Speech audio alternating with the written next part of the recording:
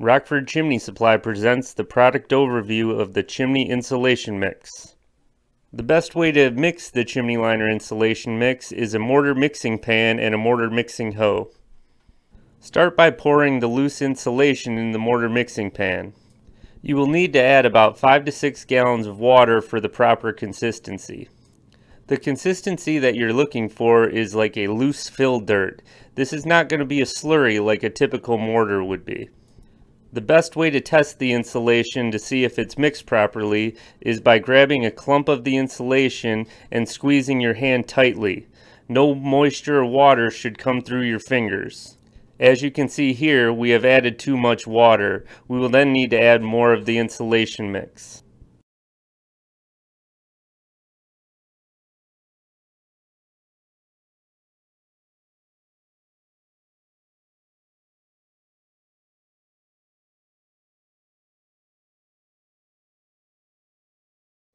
Now that we have that mixed up, we can do the same test again. Looks like we have it good now. You can see there's no water coming through my fingers. Now that we have the proper mixture, we can start pouring it down the chimney flue. Notice that it's not as sticky as you may think. The chimney liner insulation mix pours down quite smoothly.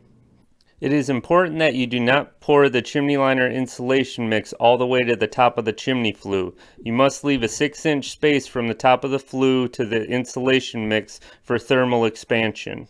If you still have questions about the chimney liner mix or need help calculating how much chimney liner mix you may need, feel free to give one of Rockford Chimney Supply's certified technicians a call. Our toll-free number is 866-708-2446.